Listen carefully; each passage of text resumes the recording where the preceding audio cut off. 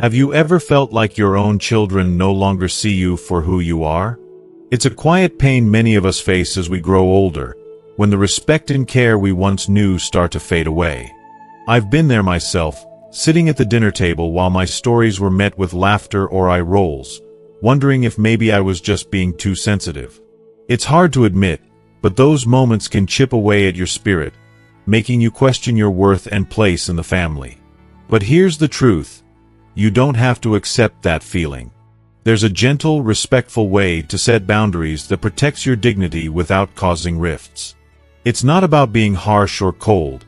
It's about reclaiming the peace and freedom you deserve after all you've given. In this video, I'll share 6 crucial things you must never allow adult children to do. Things that quietly steal your dignity and freedom if left unchecked. These aren't harsh rules, but loving reminders to care for yourself first. By the end, you'll discover simple yet powerful ways to protect your peace and rebuild your confidence in your relationships. So, tell me, have you ever struggled to find your voice with your grown children? Share your experience below. Remember, you deserve to live well, to be heard, and to enjoy the respect you've earned. This is your time. If you are not subscribed, subscribe and activate the notification bell so you don't miss any videos. If you like the topic of this video, please comment 1. Now, let's begin. 1. Disrespect. It often starts small, so small that you barely notice it at first. A quick, dismissive chuckle when you mention how things used to be. A sideways glance from your son or daughter as you start to share a story they've already heard. Maybe they interrupt you mid-sentence to tell you the right way to do something. These moments, isolated, seem harmless enough. But over time, they build into something heavier, a weight you start to feel in your bones. When I was younger, I never imagined I'd reach a day where my children, those I once rocked to sleep and cheered on at Little League games, would talk down to me or brush me aside. It's a subtle thing, this creeping sense of being overlooked. The first time it happened, I let it slide, not wanting to make a fuss. They're just in a hurry, I told myself, or maybe I am repeating myself too much. But as the years went by, these little slights added up. A joke at my expense at Thanksgiving dinner. A sigh when I asked for help with a new phone. The sense that, somehow, my experience and memories had become outdated, irrelevant in the fast-paced world they now lived in. One memory stands out. It was my granddaughter's birthday, and the whole family was gathered in the living room. I started to share a funny story from my childhood, thinking it might make the kids laugh. Halfway through, my daughter rolled her eyes and said, "Oh, here we go again, Grandpa and his old stories." The room laughed, but I didn't.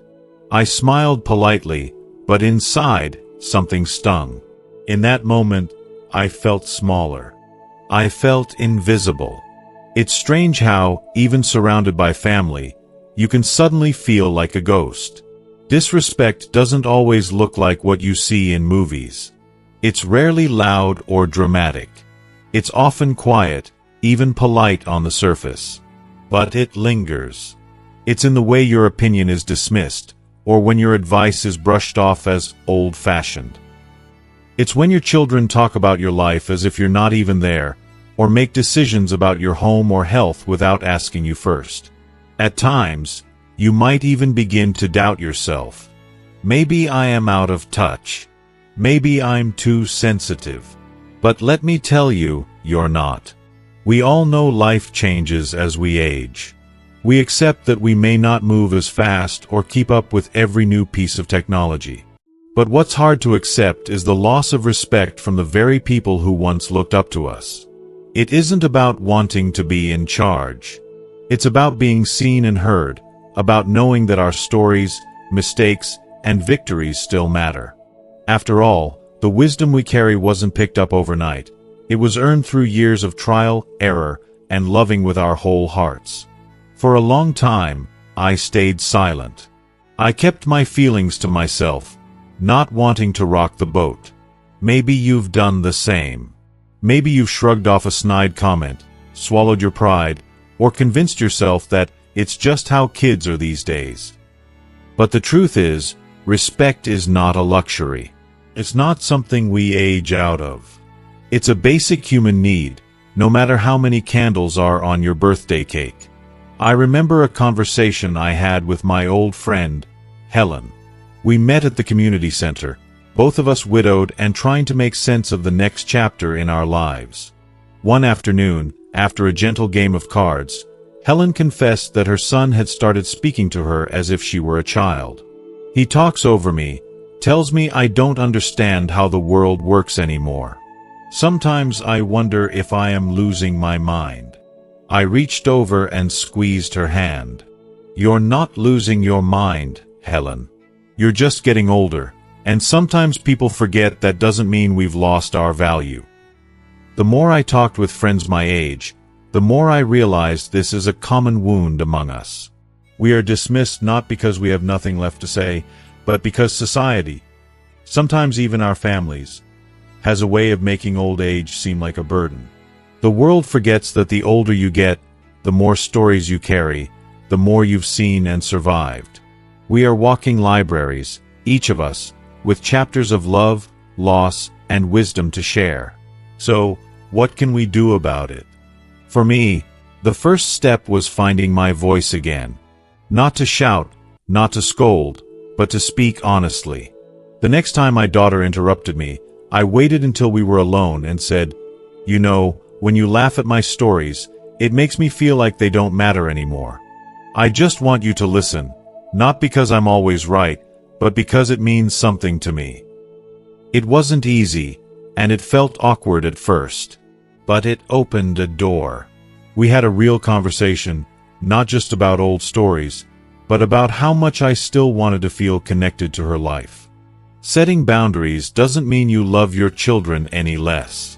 It means you love yourself enough to ask for respect. You have every right to expect kindness, patience, and consideration. You are not being demanding or needy by wanting to be heard. And if, after you speak your truth, nothing changes, then it's perfectly okay to protect your peace by spending less time in situations that make you feel invisible. Sometimes, the people who disrespect us aren't even aware of what they're doing. The world moves fast. Everyone is juggling jobs, kids, and bills. It's easy to slip into habits of impatience or carelessness. But that's why it's so important to remind your family and yourself that your presence is a gift. Your perspective is unique. The years you've lived have shaped you into someone worth listening to, worth honoring. You might be surprised at how people respond when you speak up. My daughter admitted she'd never realized how her jokes landed with me. My grandson started asking for more of my stories, eager to hear about the old days. It wasn't a magic fix. Old habits take time to change, but the air in our home felt lighter, warmer. Maybe your family isn't ready to listen just yet. Maybe you need to find other places where your voice is valued. Friends, neighbors, community groups. The important thing is not to shrink, not to let those small wounds silence you. Respect starts with how you treat yourself, and it grows from there. If you ever catch yourself thinking, maybe I should just keep quiet, remember this: your stories matter. Your life matters. The world is richer for everything you've seen, everything you've learned. Don't let anyone, especially those who love you, make you forget that.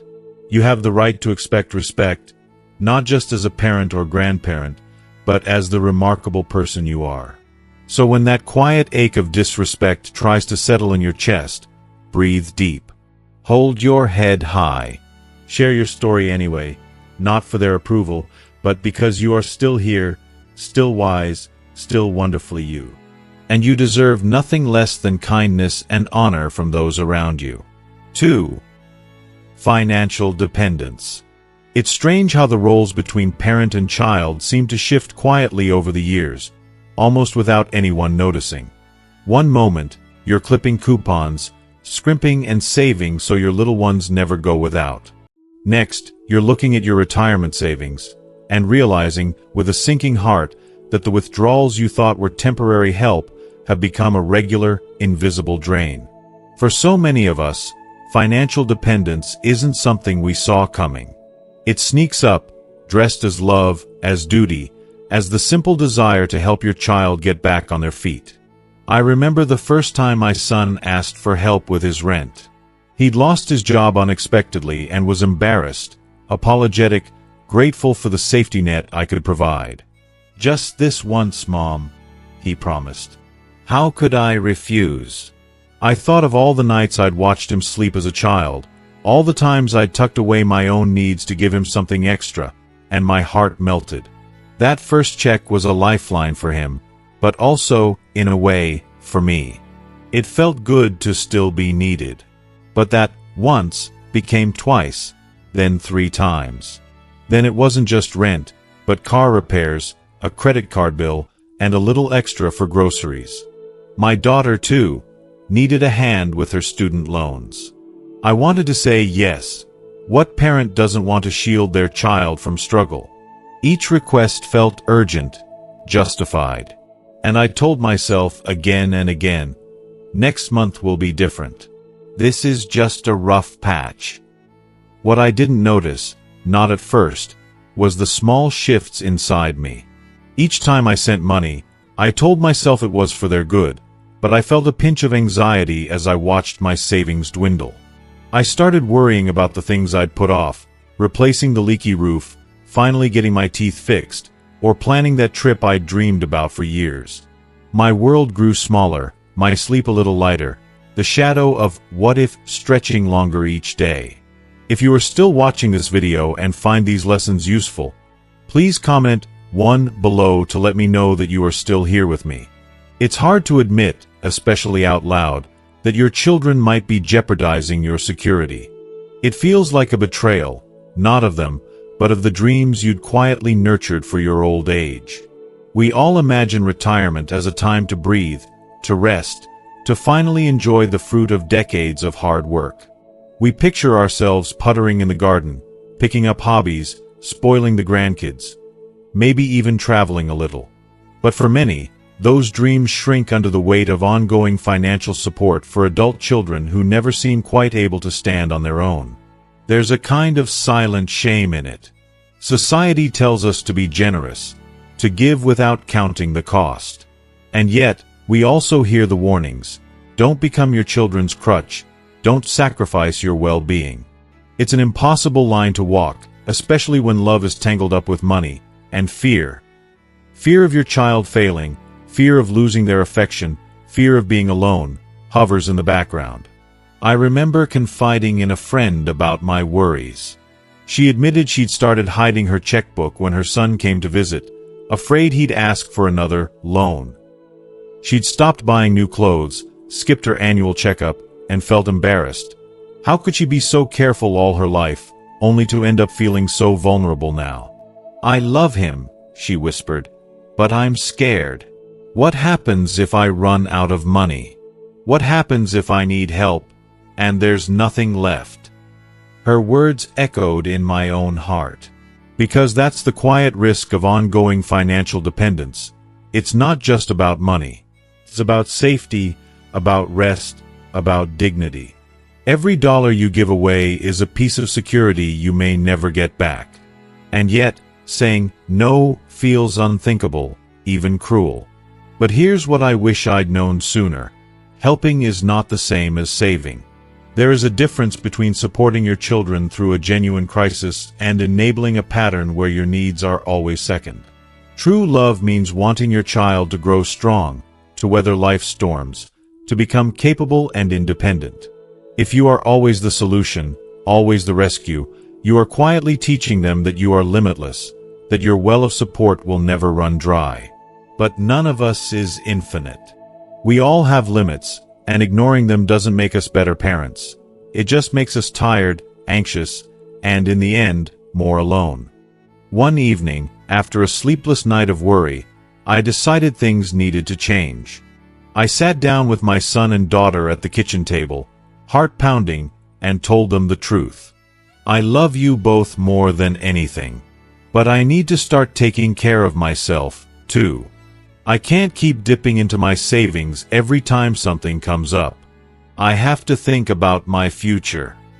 My voice trembled, but I pressed on. If you need help, I'll always do what I can.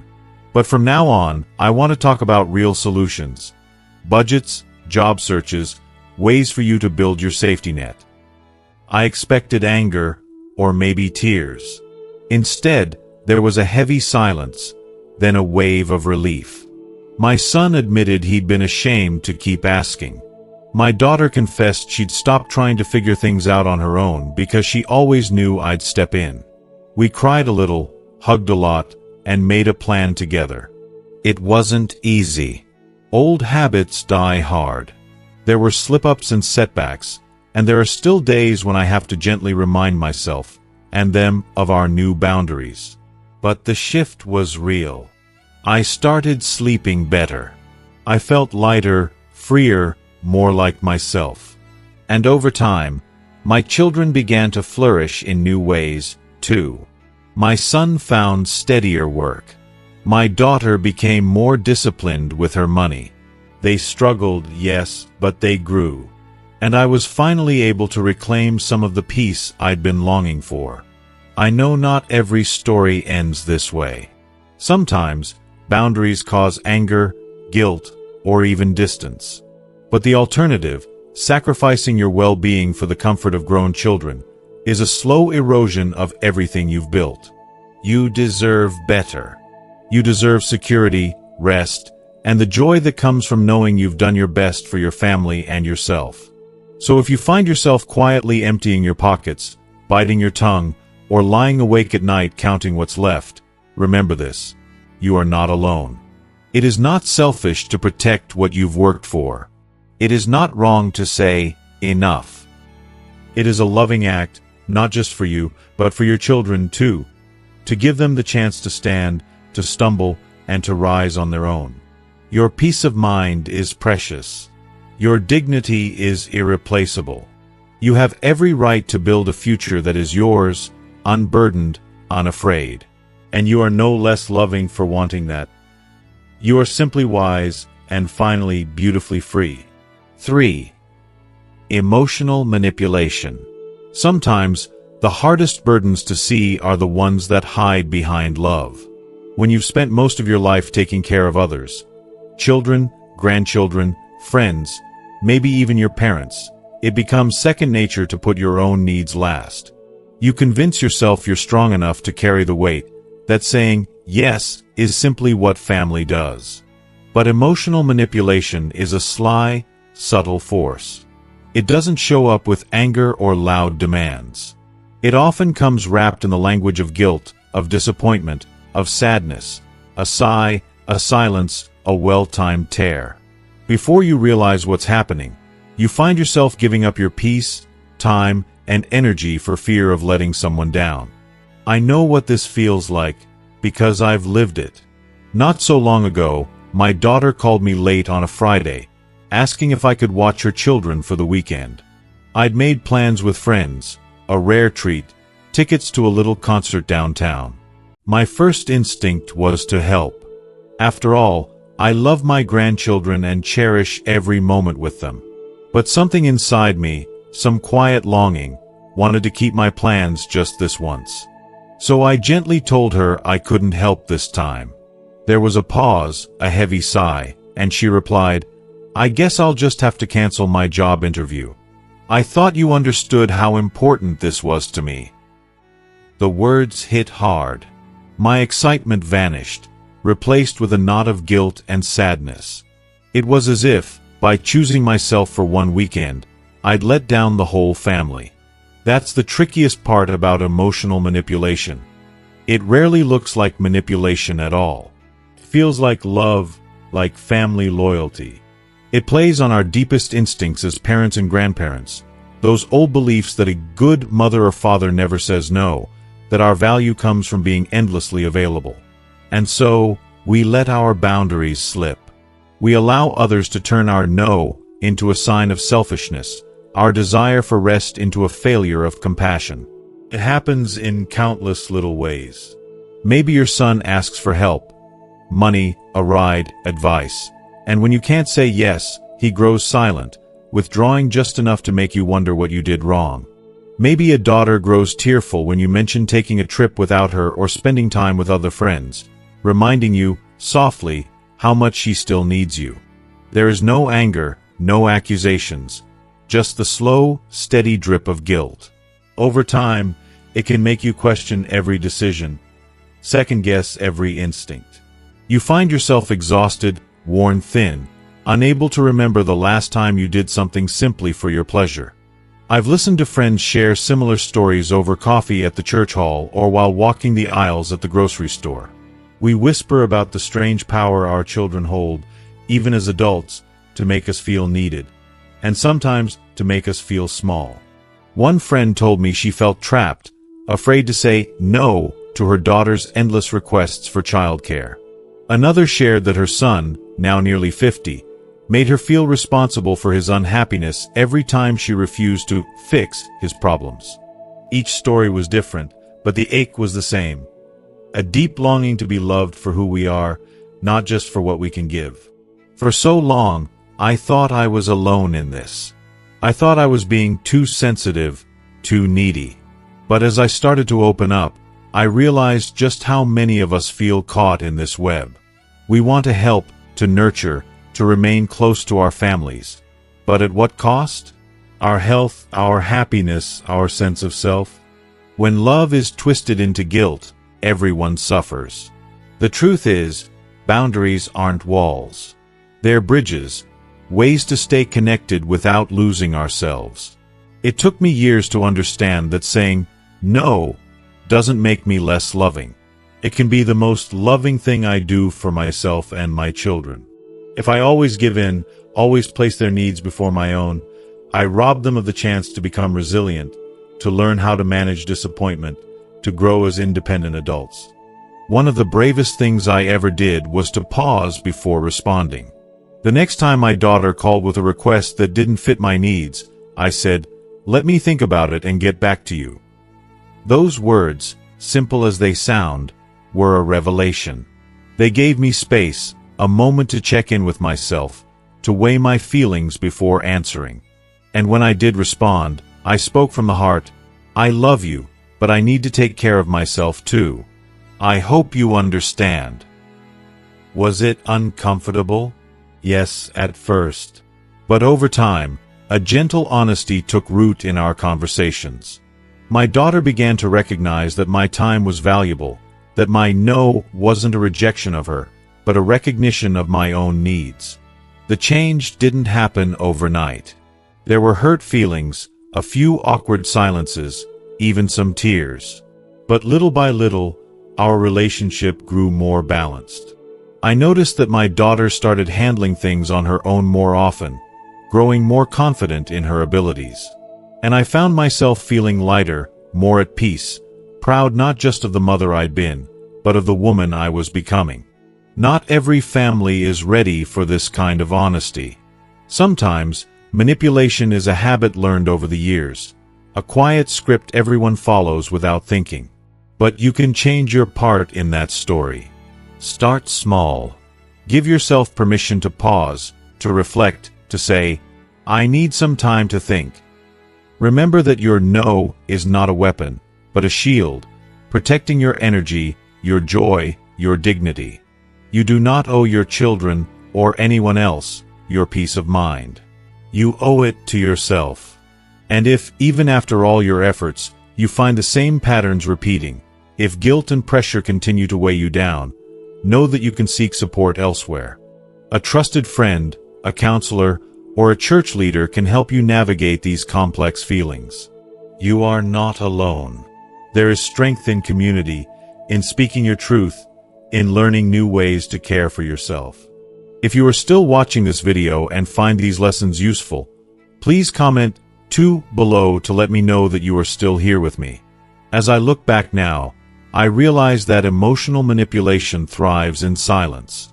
When we speak up, however softly, we shine a light on those old patterns, giving everyone a chance to grow. Setting boundaries is not about creating distance, but about inviting respect and understanding. It's a way to say, I am still here. I still matter. So, if you find yourself caught between love and guilt, if you feel your needs slipping quietly out of view, remember this. You have earned the right to care for yourself. You have given enough. Your love is not measured by your sacrifices, but by your courage to stand firm. You deserve to be cherished, not for what you provide, but for who you are, wise, strong, and worthy of peace. Let your boundaries be a gift, to yourself and to those who love you most. 4. Using parents' time, home, and freedom as a backup plan. If I could count the number of times my phone has rung with a sudden request for help, well, I might lose track before the day was over. Mom, can you come over and watch the kids this afternoon? Dad, can we stay at your place for a week while our kitchen gets fixed? Mom, could you run to the store for me? I'm swamped. The requests are always phrased with love and need, sometimes with urgency. There's that familiar feeling. You want to say yes because it means you're needed, still important in their busy lives. There's a warmth to being wanted, a sense of purpose that echoes the decades you spent as the family's anchor. But as the years roll on, that feeling can start to change. It becomes less about joyful connection and more about exhaustion. There was a time when having a house full of laughter, mess, and chaos was what made me feel alive. Now, sometimes I just want to finish a cup of tea while it's still hot or lose myself in a good book for an hour without interruption. Retirement was supposed to be about rediscovering myself, not returning to unpaid, on-call family labor. And yet, it can be so hard to say no. It often starts innocently. An unplanned visit from your grown child. The grandkids dropped off with a quick wave and a, "Thanks, Mom, I'll only be an hour." But that hour stretches into 3 or 4. Or perhaps it's your adult son, calling at the last minute. "My flight got changed. Can I crash at your place tonight?" You tell yourself it's no big deal. You love them. It's just one night, one weekend, one errand. You remind yourself that you used to juggle much more. But over time, these just this once favors add up, quietly crowding out your plans. You notice that you're constantly rearranging your schedule to accommodate theirs. That knitting class you wanted to try gets pushed aside. The walk with your neighbor is skipped for another babysitting session. You keep meaning to get back to that puzzle, that book club, that gardening project, but somehow there's never quite enough time. Your own life quietly shrinks to make room for everyone else's needs. It's easy to convince yourself that this is what good parents and grandparents do. We're taught to be selfless, to put family first. And for years, decades, it made sense. Children need us when they're small. Our homes were built around their laughter and their mess, our calendars penciled in with their school schedules and activities. But what no one tells you is that the job of parent on demand is supposed to end. It's supposed to transform, gently, into something new. A relationship of mutual respect and consideration, not expectation. I think back to when my parents grew older. There was an unspoken understanding. Their home was their haven, not a revolving door. We visited by invitation, asked before dropping by, and rarely assumed they would change their plans for us. Now, the world seems to move faster. Everyone is busier, more stressed, and always multitasking. Somewhere along the way, boundaries blurred, and the notion that a parent's time is endlessly available took hold. But here's the truth that I wish I'd known sooner. Your time is yours. Your home is yours. Your energy, your freedom, your right to rest. They are all yours, just as much as anyone else's. You are not a 24-hour convenience store. You are not a free taxi service or last-minute babysitter. You have earned more than anyone the right to say, "No, not today," or "I need some time for myself." I remember one weekend not long ago. I'd planned to visit an old friend, someone I hadn't seen in years. We'd made arrangements for lunch at a little cafe, and I'd even picked out a favorite dress. The morning of the outing, My daughter called in a panic. Her sitter had canceled, and she needed someone to watch the kids. I looked at the dress, thought of my friend, then looked at my calendar, full of so many crossed-out plans. I nearly said yes, out of habit and guilt, but something inside me hesitated. I realized I was about to erase my joy, again, for someone else's crisis. With a trembling voice, I said, "I'm so sorry, honey, but I already have plans today." There was a silence, then disappointment on the other end. But I went to that lunch, and I laughed more than I had in months. For once, I chose myself. And the world didn't end. Of course, there are times when family needs genuinely do come first.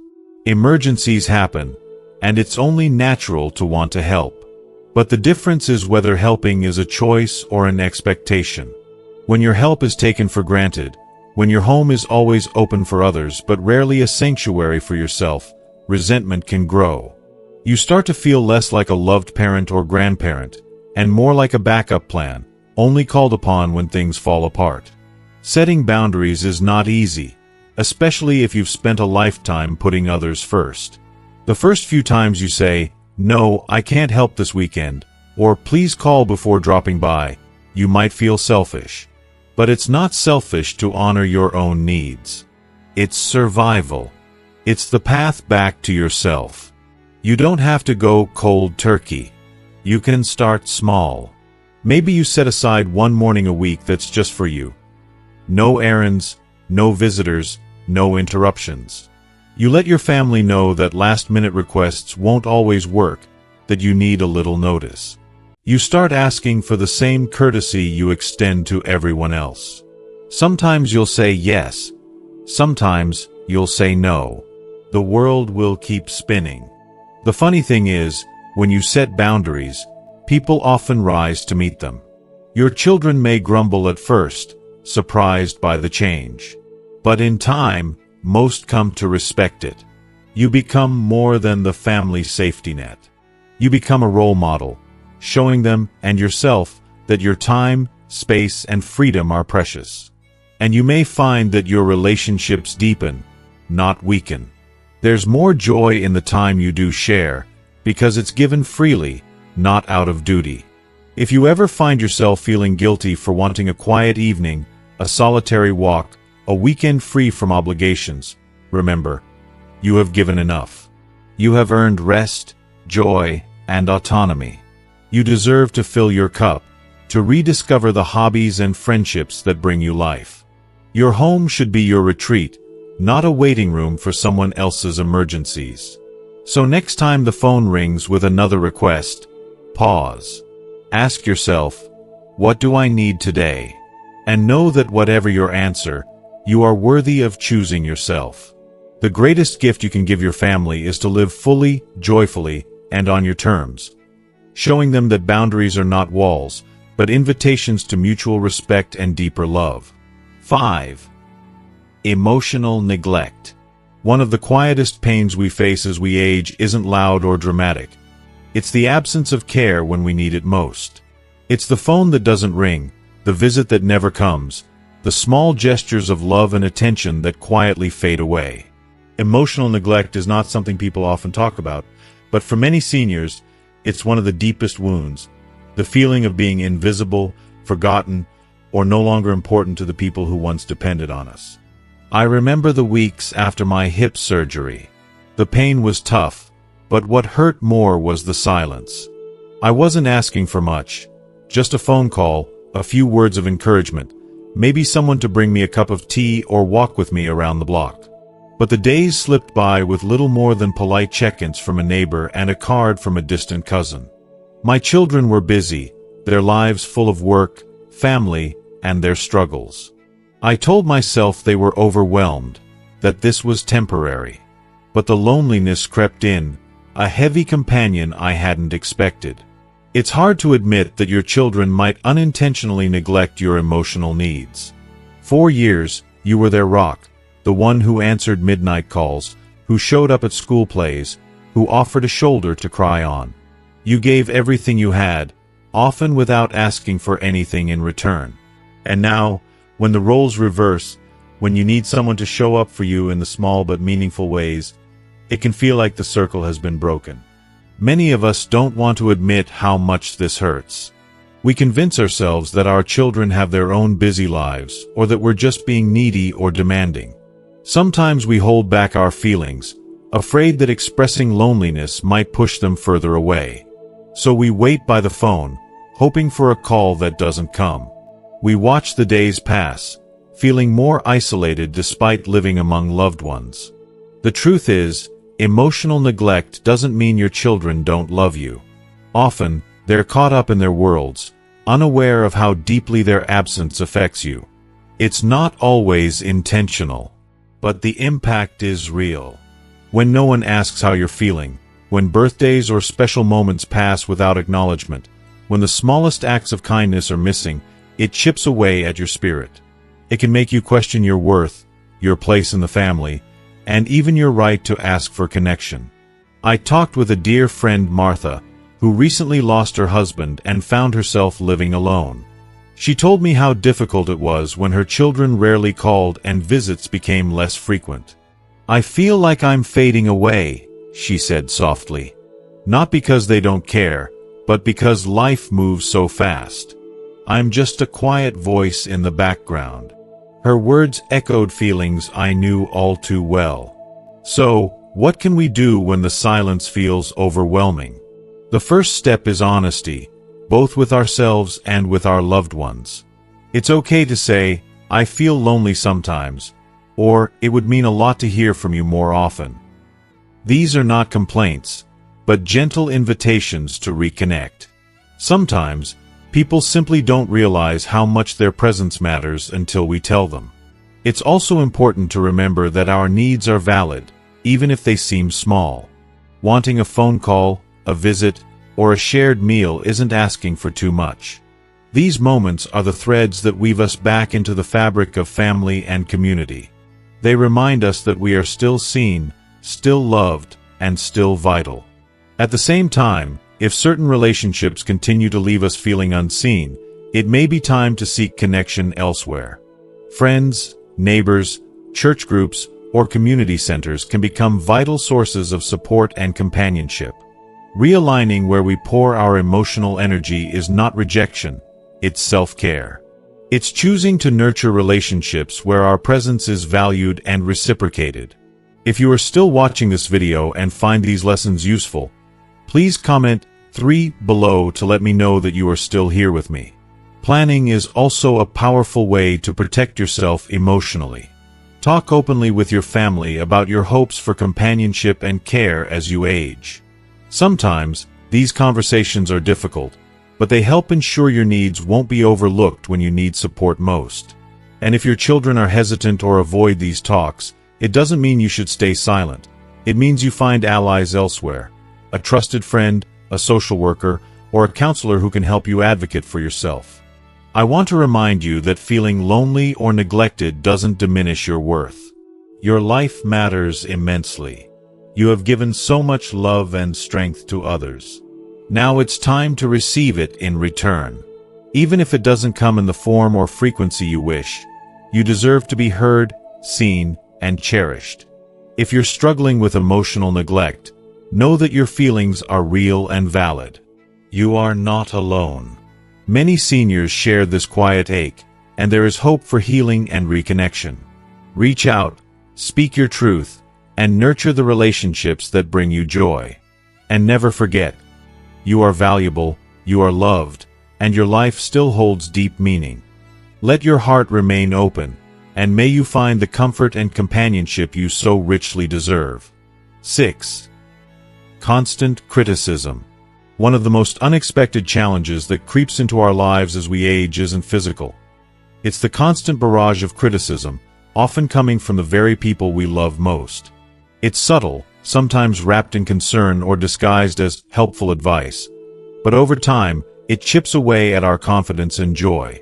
When criticism becomes the background music of family conversations, it can make you feel like a child in your own home, questioning every choice, doubting your judgment. I've spoken to many friends who describe this experience with a weary sigh. There's Helen, who wanted to downsize and move closer to the coast, dreaming of ocean breezes and simpler days. When she shared her plan, her children responded with worry. "Are you sure that's safe? What if you get lonely? The house is where we grew up. You can't just sell it."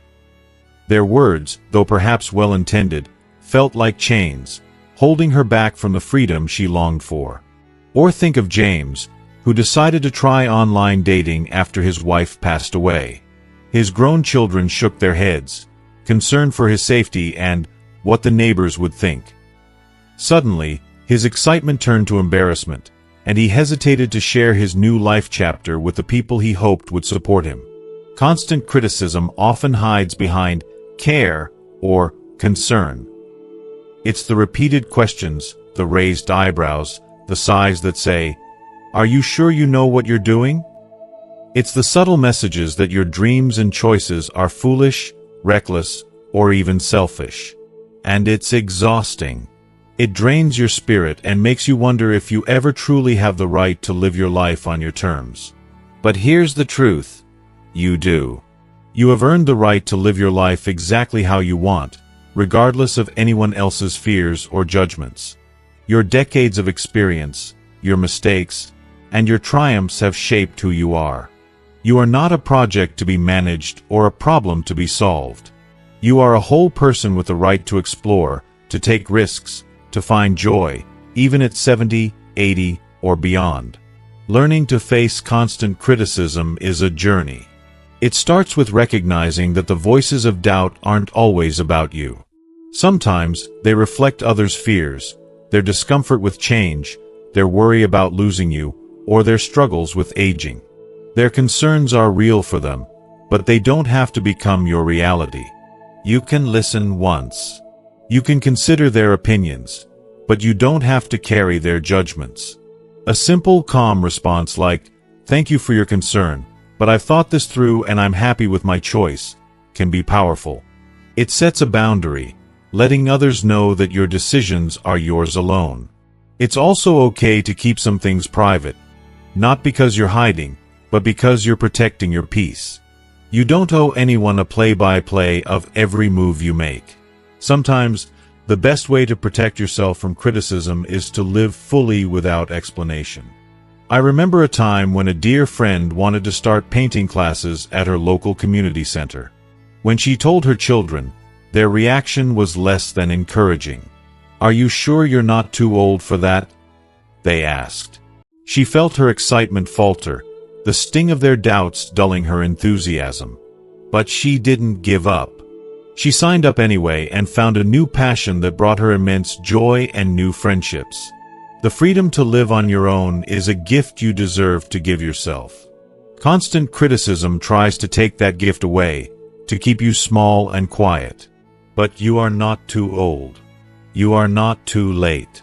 Your story isn't over. It's still being written, with all the colors and surprises you choose to include. Remember, every step you take toward your happiness, no matter how small, is an act of courage. It's a declaration that your life belongs to you, not to anyone else's expectations. So when criticism comes, breathe deeply, hold your head high, and keep moving forward. You are worthy of respect. You are worthy of joy. And most of all, you are worthy of living boldly on your beautiful terms. As we come to the close of this journey together, I want you to pause for a moment and truly feel what you've heard. You have faced, and maybe still face, moments where your dignity felt threatened, where your peace was quietly chipped away by disrespect, financial strain, emotional pressure, and neglect. You've carried the weight of constant expectations, sometimes feeling invisible in the very homes you built with love. But here's the truth you need to hold close. None of that defines you. You are not just a parent, a grandparent, or a caretaker.